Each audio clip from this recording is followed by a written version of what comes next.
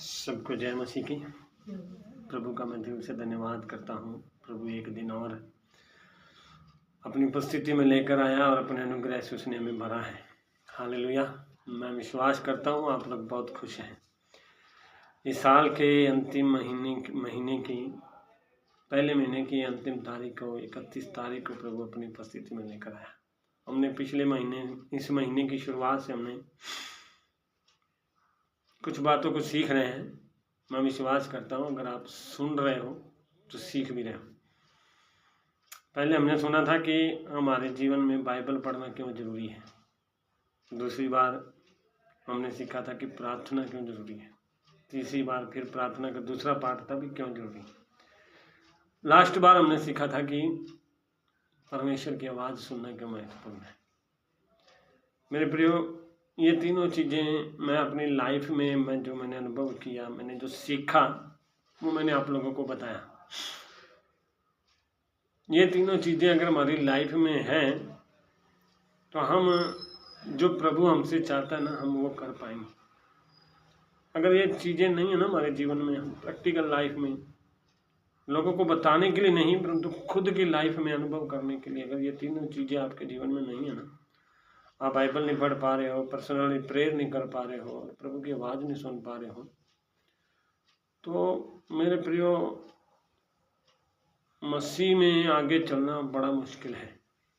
क्योंकि आज की लाइफ में देखें, आज के समय में देखें, जिस संसार में हम रहते हैं ना, लोग हमें हमारे ज्ञान से ज़्यादा हमारे जीवन को देखते हैं।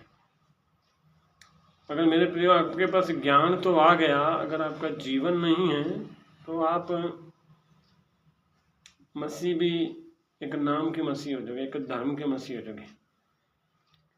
पर मेरा कहने का विचार आज क्या है कि आज अगर आप लोग इन तीनों चीज़ों को अगर अपने जीवन में अप्लाई करते हो, मैं जब विश्वास करता हूँ कि शायद एक बार नहीं भी आप लोगों को वचन में समझ में आया तो 2-3 बार उसको सुनो, समझो भी वचन क्या है ना, क्या चाहता है। बस ये मत देखो कि सामने वाला बोल क्या रहा है, मुझे देखो वचन क्या बात कर रहा है। अगर आप इस चीज़ों को ध्यान से सुनोगे तो मैं गारंटी देता हूँ कि ये साल आपके लिए बहुत आशीष का साल होगा। तो मैं आज आपको जो कुछ बातें सिखाना चाहता हूँ, इन तीनों चीज़ों के होने के बाद हम एक मसीह के अच्छे गवाह बन पाएंगे। अच्छे गवाह का मतलब है कि आज दुनिया में अगर किसी भी मसीह व्यक्ति को पूछा जाए ना आपकी गवाही क्या है, गवाही क्या है, टेस्टमनी क्या है, तो आज सिंपल टेस्टमनी है। चमत्कार हुआ मेरे जीवन में। मेरे जीवन में बीमार था, मैं दुखी था, ठीक हो गया। और मेरी बहन बीमार थी, मैं वो बहन ठीक हो गई। लोगों की सिंपल समस्या है कि मैं मतलब प्रभु में मैं आया तो मेरे जीवन में ये हुआ। धन्यवाद हो प्रभु का, आप लोगों की ये अच्छी बातें हैं। पर मैं आपको आज एक बताना चाहता हूँ, व्हाट इज योर टेस्टमनी, क्या तुम्हारी गवाही क्या है मसीह के अंदर। अगर मसीह के अंदर एक तुम्हारी गवाही अच्छी नहीं है तो आप एक धर्म के अनुसार जीने वाले व्यक्ति हो। अच्छी गवाही का मतलब ये है कि आप लोगों ने यीशु को जान तो लिया, पर क्या उस यीशु को जाना जो आपके लिए आया, या उस यीशु को जाना जो आपके लिए सिर्फ चमत्कार करता है। मतलब आपने उस यीशु को जाना है जो आपके लिए आया, अपनी जान दी, या आपके लिए उद्धार करता परमेश्वर है, या उस यीशु को जाना आपने जो सिर्फ आपके लिए चमत्कार करता है, आपको चंगा करता है, आपको छुटकारा देता है। आज मेरे प्रिय मसीह के अंदर है, सब लोगों की मसीहों की गवाही सबसे बड़ी क्या होती है। कोई उस गवाही को मानने के लिए तैयार नहीं है मेरे प्रिय। जो आप गवाही देते हो, ठीक है, आप चर्च में गवाही देते हो, चर्च के लोग तो मान देंगे कि प्रभु ने अनुग्रह करता है, पर अन्य जाति लोग नहीं मानेंगे इन बातों को। वो कहेंगे कि अगर ये चमत्कार करता तो हमारे बाबा भी तो करते हैं। अगर आपके नशे छूटे हैं तो हमारे बाबा भी तो नशे छुड़ाते हैं। अगर आपके अंदर बीमार थे, ठीक हो गए, तो डॉक्टर भी तो ठीक करते हैं। मैं आज आपको लोगों को डिस्करेज नहीं कर रहा, पर आज लोगों को एक बात मैं क्लियर बताना चाहता हूँ, मसीह में आप लोगों की गवाही क्या है। आप पूरी बाइबल पढ़ के देख लो, बाइबल के अंदर एक अद्भुत गवाहियाँ हैं। हम सिर्फ जो इनको देखते हैं ना हम वही बोलते हैं लोगों को। हम सिर्फ ऊपर ऊपर की किताब को पढ़ते हैं और वही किताब हमारे लिए एक ज्ञान की किताब बन जाती है। पर मेरे प्रिय, बाइबल एक ऐसी वो किताब है जो मैंने आपको पहले भी बताया होगा, बाइबल वो किताब है जो आपके जीवन की सच्चाइयों को प्रकट करती है। अगर आप बाइबल पढ़ने वाले हो, प्रार्थना करने वाले हो, प्रभु की आवाज़ सुनने वाले हो, तो आपकी गवाही सिंपल नहीं होगी कि मेरे अंदर चमत्कार हुए, मेरे जीवन में ये हुआ। आप अपने जीवन से बताओगे कि यीशु मसीह कौन है। हालेलुया। इस करके आज मैं ਤੁਹਾਨੂੰ एक वचन के द्वारा गल करना चाहना जो प्रभु ने मैंने सिखाया है। मेरे प्रियो, ये तीन चीज़ें अपनी लाइफ के विच हैं तो अपनी एक अच्छी अद्भुत गवाही होगी। गवाही की होगी? अगर आप यूहन्ना रचित सुसमाचार पढ़ते हो, आपकी गवाही क्या होनी चाहिए पता है? आप एक वचन पढ़ोगे तो मैं आपको समझाऊंगा। यूहन्ना रचित सुसमाचार उसका 4 अध्याय, उसका 42 वचन। और उस स्त्री से कहा, 41 से पढ़ते हम, उसके वचन के कारण और भी बहुत से लोगों ने विश्वास किया।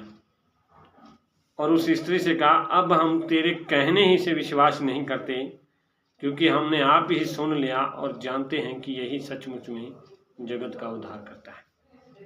हालेलुया। यहाँ पर विश्वासी सामरिया के लोग क्या कह रहे हैं? जब वचन उनके अंदर गया, वचन उनके अंदर बात किया, तो उन्होंने बोला कि अब हम तेरे कहने से विश्वास नहीं करते, परंतु हमने खुद जान लिया है कि यीशु मसीह कौन है, जगत का उद्धार करता है। मेरे प्रियो, एक स्त्री की एक गवाही क्या बता रही है कि सोच लो, जब स्त्री एक आई थी, उसका लाइफ एक ऐसे मैटर पे खड़ा था। अगर आप इसको 4 अध्याय शुरू से पढ़ोगे तो वो लाइफ एक ऐसी लाइफ पे खड़ी थी कि घर में कोई काम करना होता ना तो छुप छुप के लोगों से काम करती होती थी। छुप के काम करती थी तो वो लोग जो भी पानी भरने के लिए जाना, तो तब जाती थी दोपहर के समय, जब सारे लोग काम पे होते थे या अपने कामों में बिजी होते थे, कि कोई मुझे देख ना लगे। गलत काम कर रही थी, पर अपने आप को छुपाने के लिए वो ऐसे काम करती थी कि मतलब भी कोई मेरे को देख ना ले। आज हम जब से ज़्यादा पाप जब भी करते हैं तो अपने आप को छुपाने के लिए कुछ भी करते हैं। तो वो स्त्री भी मतलब भी, जिसका नाम एक सामरी स्त्री था, जो मतलब भी अपने आप को छुपाने के लिए हर दिन दोपहर के वक्त पानी लेने जाती थी। पर एक दिन उसको नहीं पता था कि आज मैं पानी लेने जाऊंगा और मुझे कौन मिल जाएगा? यीशु मसीह मिल जाएगा। जिस दिन यीशु मसीह उसको मिल गया, यीशु मसीह उससे बात किया, बात करने के बाद वो उसी जिंदगी में जी रही है, पर यीशु मसीह उससे बदलने के लिए एक बात कह रहा है, मुझे पानी पिला। पर आगे से स्त्री का क्या जवाब आया कि तू यहूदी होकर मुझ सामरी स्त्री से पानी मांगता है। तो यीशु ने आगे से क्या जवाब दिया? अगर तू मुझे जानती और परमेश्वर के भेजे वरदान को भी जानती ना, तो अगर तू मुझसे पानी मांगती तो मैं तुम्हें जीवन का जल दे देता। आज हम कई बार प्रभु को ना जानने की वजह से अपने जीवन में ऐसे सवालों को लेकर बैठे हुए हैं, चाहे हम मसीह में भी हैं, ऐसे सवालों को लेकर बैठे हुए हैं जिसकी वजह से आज भी हमारी गवाही सही नहीं है। तो जब उसने ऐसी बात कही यीशु मसीह ने, तो आगे से जवाब क्या देती है कि वो जीवन का जल मुझे देता कि मैं कभी प्यासी ना हूं। तो यीशु का एक सवाल आ गया। आजकल ना कई लोग सोचते हैं कि चर्च में आओ, प्रार्थना करो और सब कुछ ठीक हो जाएगा। पर मेरे प्रियो, मैं बताऊं आज आपको, अगर आप मसीह में आते हो ना, तो चंगाई पाने से पहले ये बताओ आप लोग करते क्या हो। अगर वो आप बताने के लिए तैयार हो तो परमेश्वर आपके जीवन में बदलने के लिए भी तैयार है। जब स्त्री ने पूछा कि मेरे को जीवन का जल दे, तो यीशु ने कहा जा पहले अपनी पति को बुला के ला। तो आगे से उसका जवाब क्या है? आजकल ना कई लोगों को बोला जाए ना कि आप ये गलत काम करते हो, तो लोग मानने के लिए तैयार नहीं है, आगे से झूठ मारते हैं, नहीं मैं तो ठीक हूँ। मेरे प्रियो, अगर तुम मसीह में आए हो ना, अगर ठीक होते ना आप लोग, तो मसीह में आने की जरूरत नहीं थी। समझ भाई ना? अगर आप ठीक होते ना तो आपको मसीह में आने की जरूरत नहीं थी। मेरे प्रियो, मैं सिर्फ एक कहना चाहता हूँ कि जब भी आप मसीह में आते हो ना, अपने आप को नम्र बना के आया करो कि मेरे प्रभु जो आज आप कहेंगे ना, वो मैं सुनने के लिए तैयार हूँ। जिस तरह उस स्त्री ने खुल के जवाब दे दिया कि मैं बिना पति की हूँ। जब उसने अपना खुल के जवाब दिया तो यीशु मसीह ने आगे से क्या कहा तो 5 पति कर चुकी है, जिसके पास तो अभी है वो भी क्या पति। इतनी बात सुन के ना उस स्त्री के मन की बातें बाहर आ गई। जैसी बाहर आई उसने अपनी गवाही बता दी, उसने वहाँ की बातों को शेयर करना शुरू किया। यीशु ने उसको एक जवाब दिया, तुम उसकी आराधना करते हो जिसको तुम जानते नहीं, हम उसकी आराधना करते हैं जिसे हम जानते हैं। मेरे प्रियो, मैं आपको एक बताऊं, जब तक आप सच्ची बात नहीं निकालोगे ना मुंह से, तब तक यीशु की आराधना आप कर नहीं पाओगे। तो जब ऐसी बात बोली तो इस स्त्री ने क्या बोला? परमेश्वर ने बोला, अवश्य है कि पिता ऐसे आराधकों को ढूंढता है जो उसकी आराधना आत्मा और सच्चाई से करे। तब स्त्री उसको बोलती है, क्या जिसके हम बाट देख रहे हैं, कहीं तू तो वही नहीं है? यीशु ने बोला, हाँ मैं वही हूँ। जब ऐसी बात उसने सुनी ना, पूरे गांव में उसने हल्ला मचा दिया कि हमारे कुएं पर खड़ा कौन है। एक बात बताऊं मैं, उस स्त्री से अगर आप उसकी गवाही पूछोगे ना, पता क्या बताएगी? गई तो थी पानी लेने के लिए, पर पानी के बदले मेरे को यीशु मिल गया। गई तो थी मैं पाप को छुपाने के लिए, गई तो थी मैं झूठ मारने के लिए, गई तो थी मैं लोगों को गुस्सा दिखाने के लिए, पर उसके बातों ने मेरे ऐसे जीवन को बदल दिया कि अब मेरी लाइफ से झूठ खत्म हो गया, अब मेरी लाइफ से पाप खत्म हो गया। जो गढ़ा मैंने पाप का भर के रखा हुआ था ना, वो गढ़ा मेरा आज यीशु के पास आने से टूट गया। जो मैंने गुनाह किए थे ना जिंदगी भर में, वो गुनाह उसने आज मेरे ऊपर है, अब मेरे गुनाह उसने अपने ऊपर ले लिए। मैं इसलिए यीशु के पास आई, ये है मेरी गवाही। जब उसने ये गवाही लोगों को बतानी शुरू करी ना, मेरे प्रिय, पूरा गांव उसके पीछे चल गया। आज हमारी गवाही सुन के ना हमारे गांव वाले भी नहीं, हमारे घर वाले भी नहीं चर्च में आते, पर सोच लो उस गवाही ने पूरे गांव को यीशु के पीछे लेकर गए। पर गांव वाले भी बड़े स्कीमी लोग हैं, पता आपको कैसे गांव वाले होते हैं। वो भी उस स्त्री की बात को मान नहीं रहे हैं, सुन के आ तो गए पर मानने के लिए तैयार नहीं। पर जैसे ही उनका यीशु के साथ मुलाकात हुई तो वो क्या जवाब देते हैं? अब हम तेरे कहने से नहीं, वरना हमने खुद जान लिया कि यही उद्धार करता परमेश्वर। एक सवाल पूछूं मैं, क्या आज आप लोग मसीह में आ रहे हो? क्या आपकी गवाही ये है कि मैं उसकी वजह से चर्च में आ रहा हूँ, या आपने खुद जान भी लिया कि यीशु मसीह कौन है? देखो मेरे प्रियो, चमत्कार हुए होंगे आपकी लाइफ में, आशीषें आई होंगी आपकी लाइफ में, बढ़िया बात है। प्रभु ये तो बाइबल बताती है कि वो तो चूर चार में देता है, पर मैं बताना चाहता हूँ, क्या सामरी स्त्री की तरह आपके पास कोई गवाही है कि मैं जब आया तो मैंने झूठ मारना छोड़ दिया, जब मैं आया मैंने व्यभिचार करना छोड़ दिया, जब मैं आया यीशु के पास मैंने पाप करना छोड़ दिया? ऐसी गवाही है? अगर ऐसी गवाही है तो मेरे प्रियो, आप उस उद्धारकर्ता को जान चुके हो। बाइबल के अंदर कितने भी इंसिडेंट्स अगर आप पढ़ोगे ना, हर एक के जीवन में पवित्र आत्मा ने अलग अलग तरीके से सिखाया हुआ है। अब्राहम की हम गवाही क्या पढ़ते हैं? अब्राहम के जीवन से हम लोग सीखते हैं कि अब्राहम 25 साल बाद उसे बच्चा मिला, आशीषित हो गया, वो अब विश्वासियों का पिता हो गया। पता अब्राहम का जीवन कैसा था? अगर आप अब्राहम से गवाही पूछोगे ना तो अब्राहम क्या गवाही देगा पता है? अब्राहम का जीवन ऐसा था कि एक मेसोपोटामिया नाम गांव में रहता था, जहां पर वो मूर्तियों की पूजा करता था। मूर्तियां, इतनी मूर्तियां बनाता था ना, 75 साल उसने अपना जीवन मूर्ति पूजा में निकाल दिया था। इतना धनी था, पैसा उसके पास बहुत था, पर 75 साल में वो नहीं मिल पाया जो उसको आगे 76वें साल में मिल गया।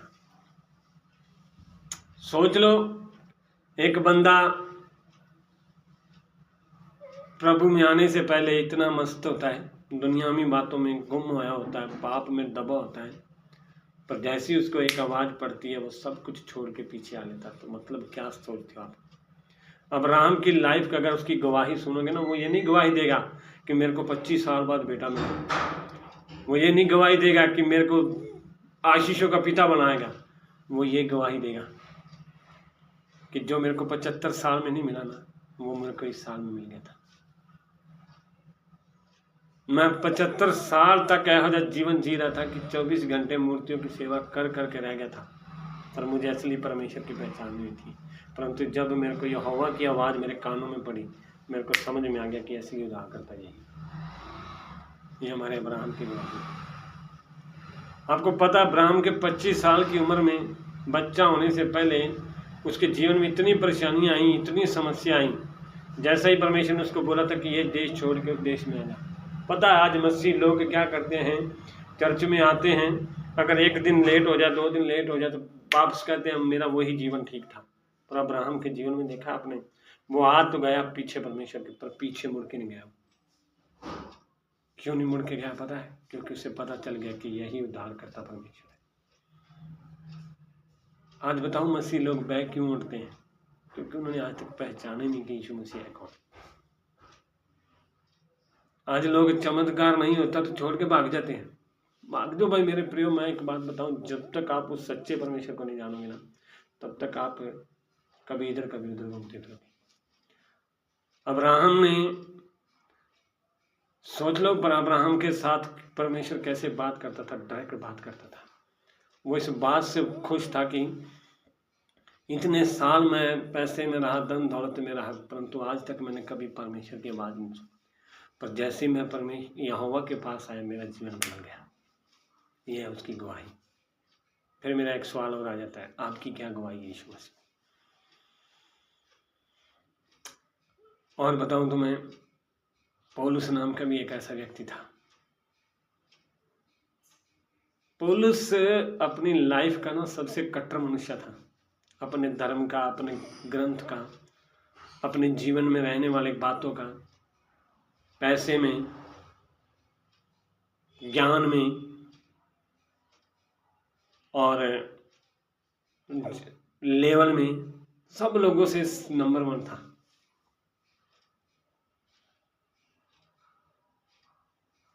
सब लोगों में नंबर 1 था।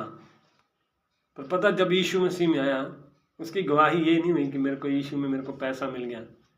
उसकी गवाही ये नहीं हुई कि मेरे को ज्ञान मिल गया। उसकी गवाही ये हुई कि मेरे को एक सच्चा उद्धार करता परमेश्वर मिल गया। इसलिए वो कहता, मेरे लिए जीवित रहना मसीह और मर जाना लाभ है। बाइबल के अंदर जितने लोगों ने परमेश्वर को जाना है ना, उसने उनकी उस गहराई को समझा है कि यीशु मसीह है कौन। आज मसीह लोग सबसे गड़बड़ क्या है, सिर्फ वो आते हैं, सामने पास्टर को देखते हैं कि पास्टर के पास कितना आशीषित है, पास्टर के पास हाथ रखने से हमें क्या मिलता है, पास्टर के पास प्रार्थना करने से हमें क्या मिलता है।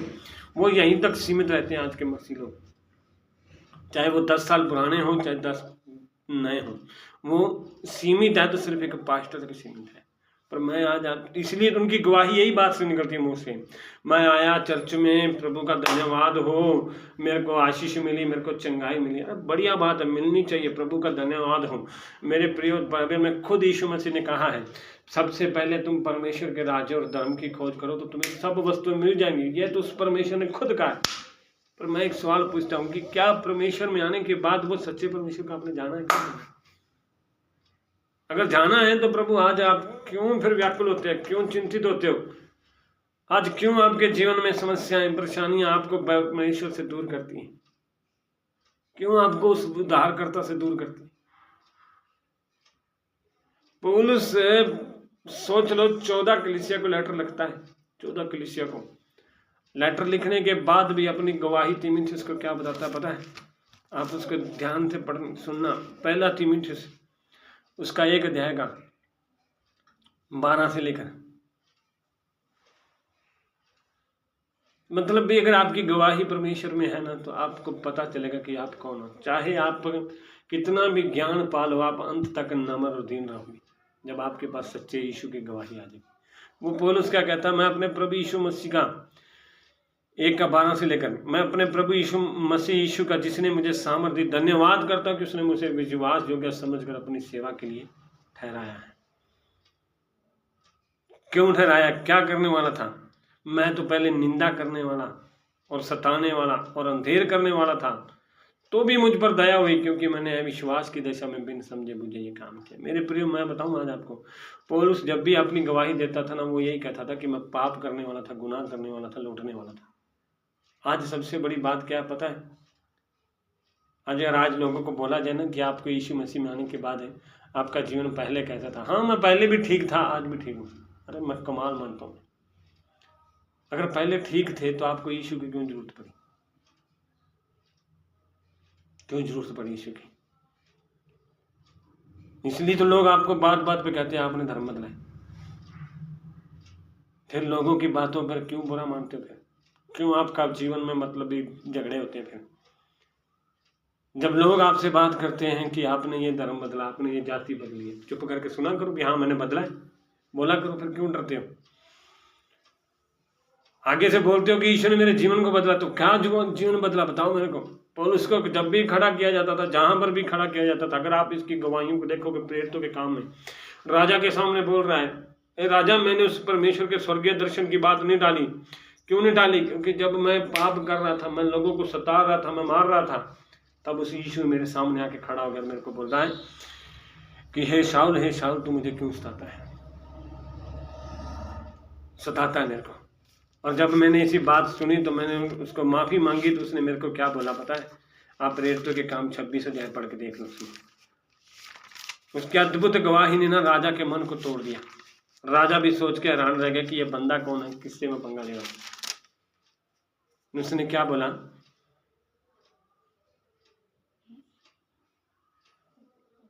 26 का 15 में लिखा है, मैंने कहा हे प्रभु तू कौन है? प्रभु ने कहा मैं यीशु हूं जिसे तू सताता है, परंतु तू उठ अपने पांव पर खड़ा हो, क्योंकि मैंने तुझे इसलिए दर्शन दिया है कि तुझे इन बातों का भी सेवक और गवाह ठहराऊं जो तूने देखी और उनका भी जिनका लिए मैंने तुझे दर्शन दिया। मेरे प्रिय, प्रभु यीशु मसीह के अगर आपने उद्धारकर्ता मान के ग्रहण कर लिया ना, तो जो बात आपने देखी है ना, उसे आप कभी भी ठुकरा नहीं सकते। इसलिए पौलुस कहता है, और मैं तुझे तेरे लोगों और अन्य जातियों से बचाता रहूंगा, जिनके पास मैं अब तुझे इसलिए भेजता हूं कि तू उनकी आंखें खोले, वे अंधकार से ज्योति की ओर और शैतान के अधिकार से परमेश्वर की ओर फिरें, कि पापों की क्षमा और उन लोगों के साथ जो मुझ पर विश्वास करने से पवित्र किए गए मिरास पाए। हालेलुया। पौलुस क्या कहता है कि जब प्रभु यीशु मसीह राजा, मैं जब परमेश्वर को देखा ना, तो उसने मेरे को ये बताया कि जो मैं काम करता था ना, वो सारे गुनाह थे, पाप थे, मैं शैतान के अधिकार में काम करता था। पर मैं आज यहाँ पर इसलिए खड़ा हूँ क्योंकि मेरे को उस परमेश्वर ने मुझे उस पाप से बाहर निकाला है। सोच लो, जब इस पौलुस इस कारावास में खड़ा था ना, इस राजा के सामने खड़ा था, मैं एक बात बताऊं, मैं उस टाइम पौलुस अगर चाहता ना तो हाथ जोड़ के उनसे माफी भी मांग सकता था। चारों तरफ उसके डंडे खड़े हुए थे, चारों तरफ उसको मारने वाले लोग खड़े हुए थे, बस मौका देख रहे थे किस टाइम इसको पकड़े। पर उनके बीच में वो डरा नहीं, पर एक बात खुल के बोलता कि जो मेरे को परमेश्वर ने दिया ना, मैं उसको बताने से कभी नहीं डरूंगा। आज मेरे प्रियो, मैं बताऊं, आज आप लोग कमजोर क्यों हो जाते हो? लोग आपका फायदा क्यों उठाते हैं, क्यों विरोध करते हैं? आपके पास मसीह की असली गवाही है ही नहीं। सिर्फ आपने बोला मेरे को पास्टर ने हाथ रखा और मैं चंगा हो गया, वो गवाही नहीं है।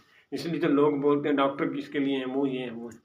क्या पौलुस की तरह आपके पास भी गवाही है? जिस प्रकार वो सामरिया ने बोला कि आज हमने जान लिया कि यही जगत का उद्धार करता है। जब राजा के सामने ये गवाही बता रहा था तो राजा के लोग इतने दुखी हो गए, इतने परेशान हो गए कि एक बंदे ने उत्तर दिया कि हे पौलुस, जब वह इस रीति से उत्तर दे रहा था तो फेस्तुस ने ऊंचे शब्द से कहा, हे पौलुस तू पागल है, बहुत विद्या ने तुझे पागल कर दिया।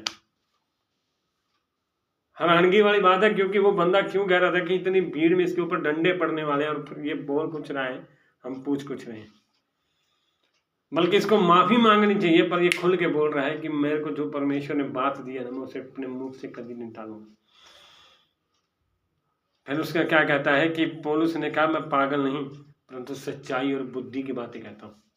मेरे प्रिय, जब यीशु का जीवन आपके अंदर आएगा ना, आप सच्चाई में चलोगे, झूठ नहीं चलोगे, आप घमंड में नहीं चलोगे, नम्रता में चलोगे। जब यीशु का जीवन आपके अंदर आएगा ना, जब उसकी गवाही आपके जीवन में आएगी, आप झूठ से पीछे हट जाओगे।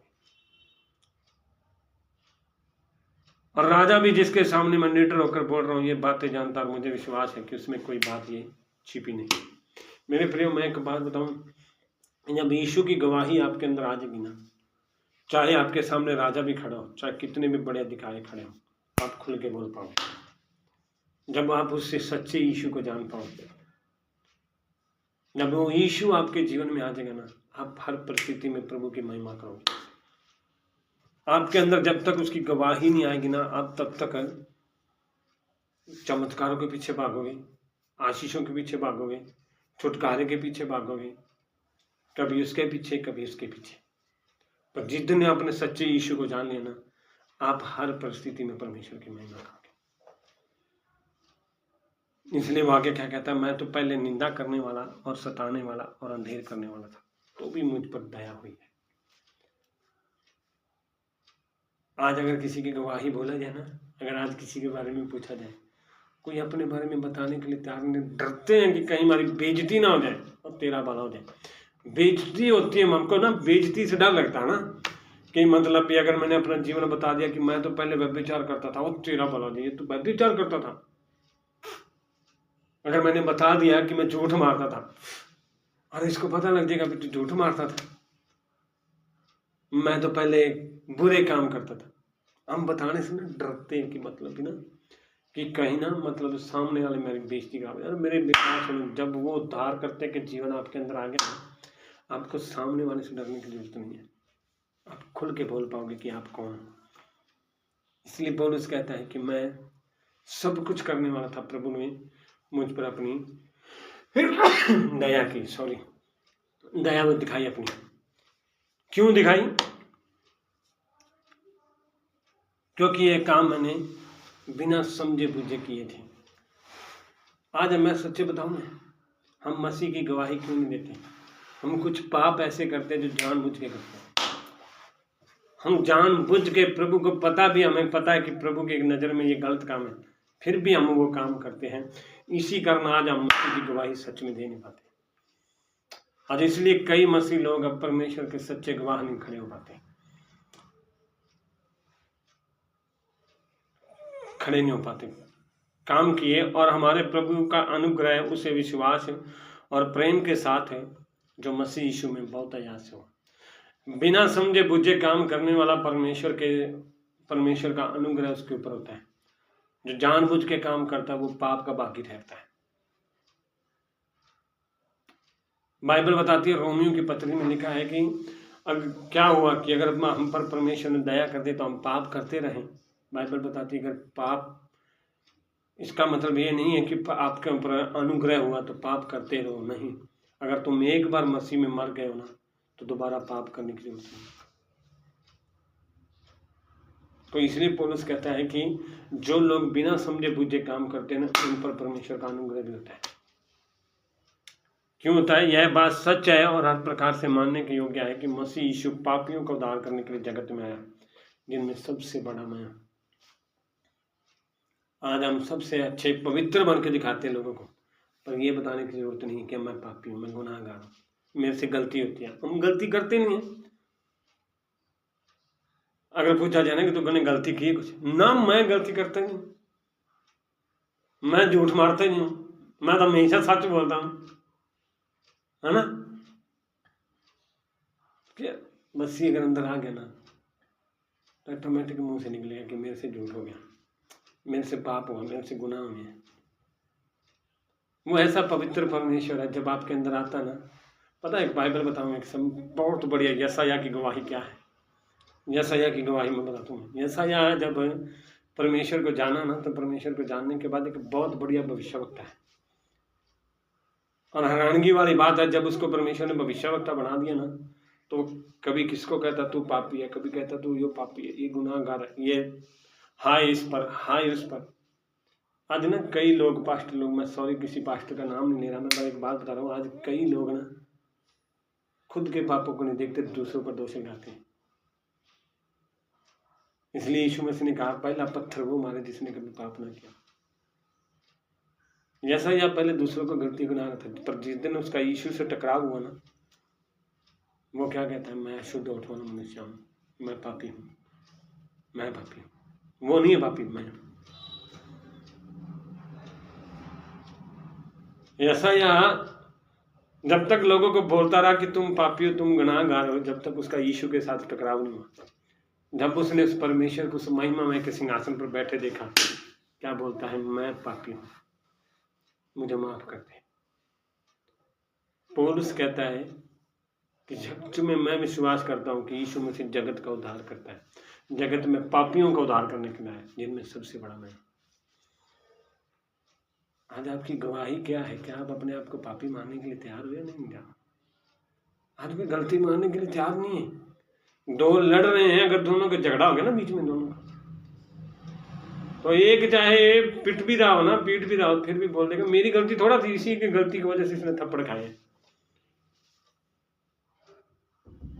पर यह पता है, पौलुस यहाँ पर 14 पत्रियां लिख चुका था, लोगों को पूरा वचन में बढ़ा चुका था, फिर भी कहता सबसे बड़ा पापी मैं। क्यों उसने बोला? पर मुझ पर इसलिए दया हुई कि मुझ सबसे बड़े पापी में यीशु मसीह अपनी पूरी सहनशीलता दिखाए। क्या दिखाए?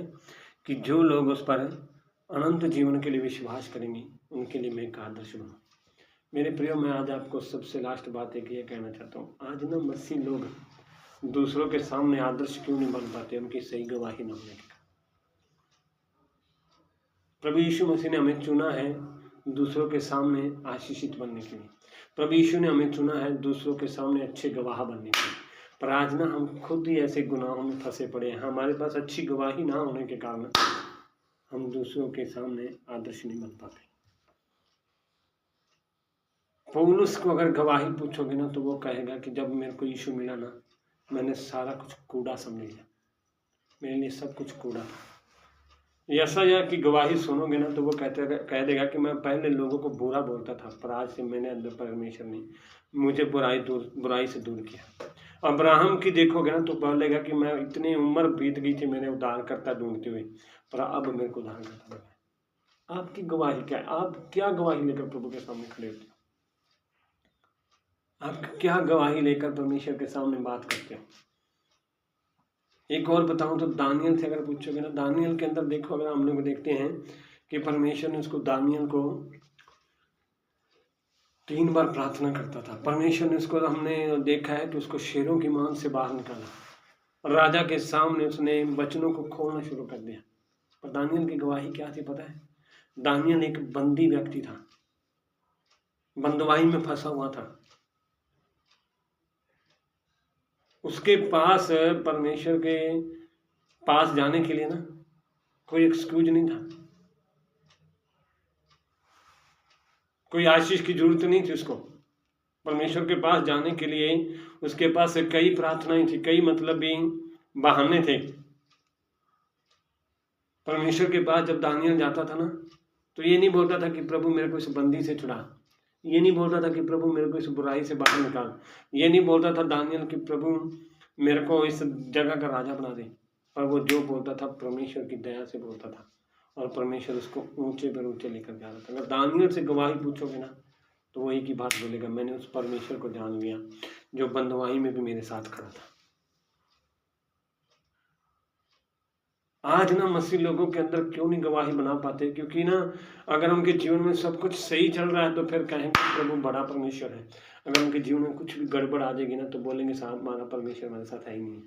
मेरे प्रिय, बाइबल के अंदर जितने भी लोग थे ना, उन्होंने इसलिए नहीं प्रभु को जाना क्योंकि उन्होंने उनको आशीषित किया, उन्होंने इसलिए प्रभु को जाना क्योंकि उन्हें पता चल गया कि इस बंधुआई से बढ़कर, इस परिस्थिति से बढ़कर हमारा परमेश्वर जो हुआ है। आज हमारी गवाही परमेश्वर की क्यों मुंह से निकलती पता है? क्योंकि हमने सारी परिस्थितियों के सामने उस प्रभु को छोटा बना दिया है। जिस दिन आपकी परमेश्वर के सामने सच्ची गवाही होगी ना, उस दिन आप परिस्थितियों को देखकर नहीं गवाह बनोगे, उस दिन आप उस उद्धारकर्ता परमेश्वर को जानकर गवाह बनोगे। इसलिए वो सामरी लोग क्या कहते हैं, हमने वचन को, जब उनके अंदर वचन बैठ गया, वचन से बात परमेश्वर ने उनसे किया, तो वो क्या कहते हैं, अब हम तेरे कहने से नहीं परंतु हमने खुद जान लिया कि यही उद्धारकर्ता परमेश्वर है। मेरे प्रियो, मैं आज आपसे यही बात करना चाहता था। अगर आप तीनों बाइबल, वचन, प्रार्थना सुनते हो, आवाज़ परमेश्वर की सुनते हो, तो आप उसके सामने अच्छे गवाह बन पाओगे, दूसरों के लिए एक आदर्श बन पाओगे, दूसरों के लिए एक अच्छे गवाह खड़े बन पाओगे। अगर आपके सामने एक अच्छी गवाही आप प्रभु के सामने नहीं है ना, तो आप इन परिस्थितियों में मसीह के सामने खड़े नहीं हो सकते। आज मसीह लोग, मैं आपको एक बताऊं, चमत्कार गवाही नहीं है। सिर्फ एक लास्ट बात बताओ तो चमत्कार, अगर आपके जीवन में कोई बीमारी आ गई ना, उस बीमारी की वजह से आप चर्च में आते हो तो आपको खुश होना चाहिए कि प्रभु तेरा धन्यवाद हो कि इस चमत्कार के द्वारा मैं आपको जान पाया, मैं आपको जान पाया। हम लोग आज तक टिके हुए हैं तो सिर्फ इसी बातों पर कि मेरे जीवन में चमत्कार हुआ, मेरे जीवन में आशीष हुआ, बहुत बढ़िया हुआ। पर क्या आपने अपना लेवल बढ़ाया कि मैं उस उद्धारकर्ता परमेश्वर को जानता हूं?